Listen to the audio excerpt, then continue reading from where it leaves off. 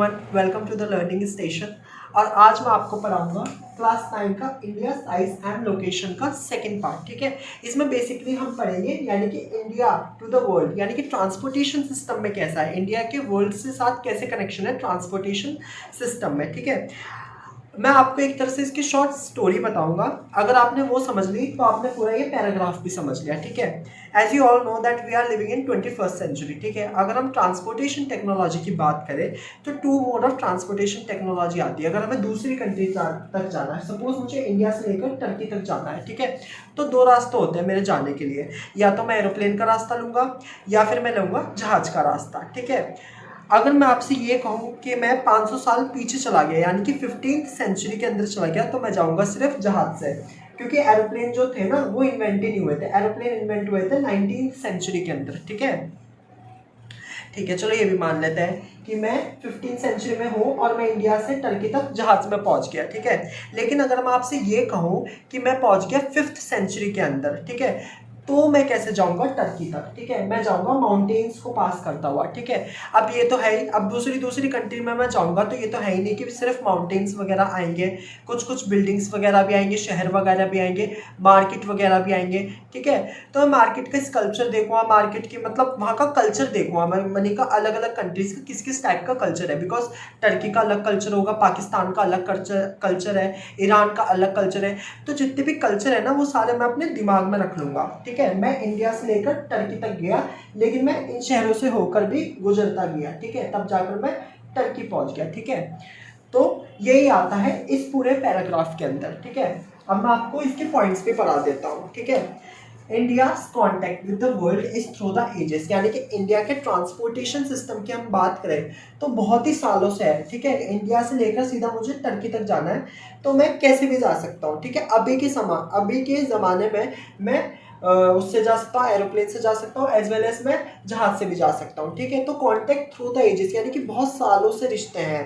ठीक है, transportation system के मामले में there are two types of transportation system, और ट्रांसपोर्टेशन सिस्टम के टू टाइप्स होते हैं अभी तक देखा जाए तो।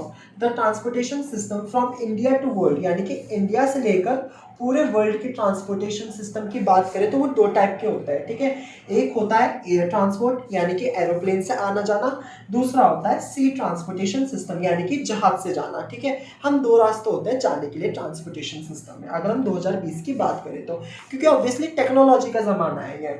The transportation system from India to world is through the mountains, ठीक है, बाय द एंशिएंट ट्रैवलर्स। लेकिन अगर हम एंशिएंट टाइम की बात करें तो एंशिएंट ट्रैवलर्स जो होते थे वो कैसे जाते थे, वो माउंटेन्स को पास करते हुए जाते थे। ठीक है, अगर नॉर्दर्न प्लेन्स के एंशिएंट ट्रैवलर्स हैं तो जम्मू कश्मीर को पार करेंगे, फिर वो पाकिस्तान को पार करेंगे, फिर वो ईरान को पार करेंगे, फिर जाकर वो टर्की पहुंचेंगे। ऐसे एंशिएंट ट्रैवलर्स जाते थे माउंटेन्स को पास करके। ठीक है, तो यही आ रहा है इन पॉइंट के। अब आता है इसका 6th point, the ancient travellers exchange ideas of commodities, the story of Ramayana, Panchatantra, the Indian numbers and the decimal system.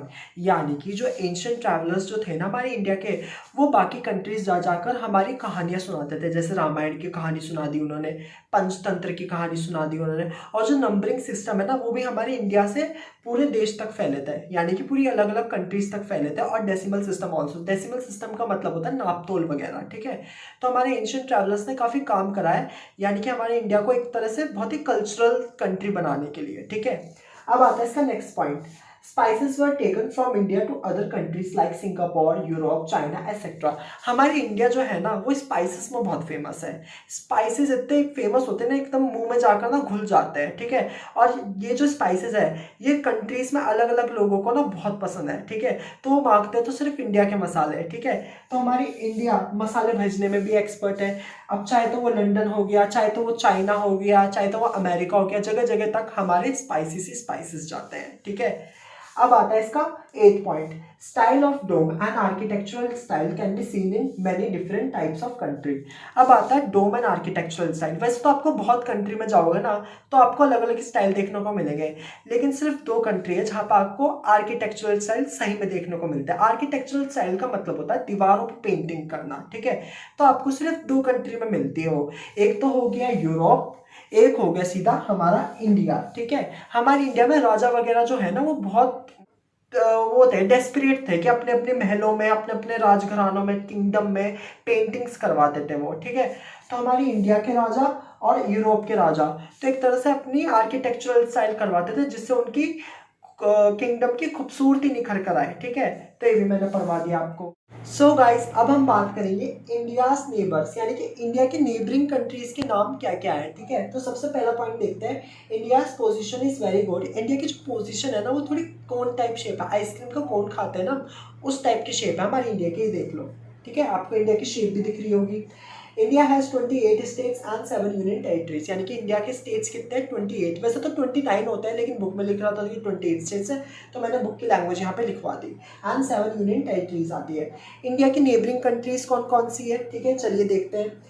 Pakistan and Afghanistan, Pakistan and Afghanistan आपको कहाँ मिलेंगे, नॉर्थ वेस्ट में, ये नॉर्थ है और ये वेस्ट है, तो क्या हो गया नॉर्थ वेस्ट, ठीक है। नेपाल, भूटान एंड चाइना, नेपाल ये रहा, भूटान ये रहा और चाइना हमारा ये रहा, ठीक है। ये आपको कहाँ मिलेंगे, नॉर्थ के अंदर।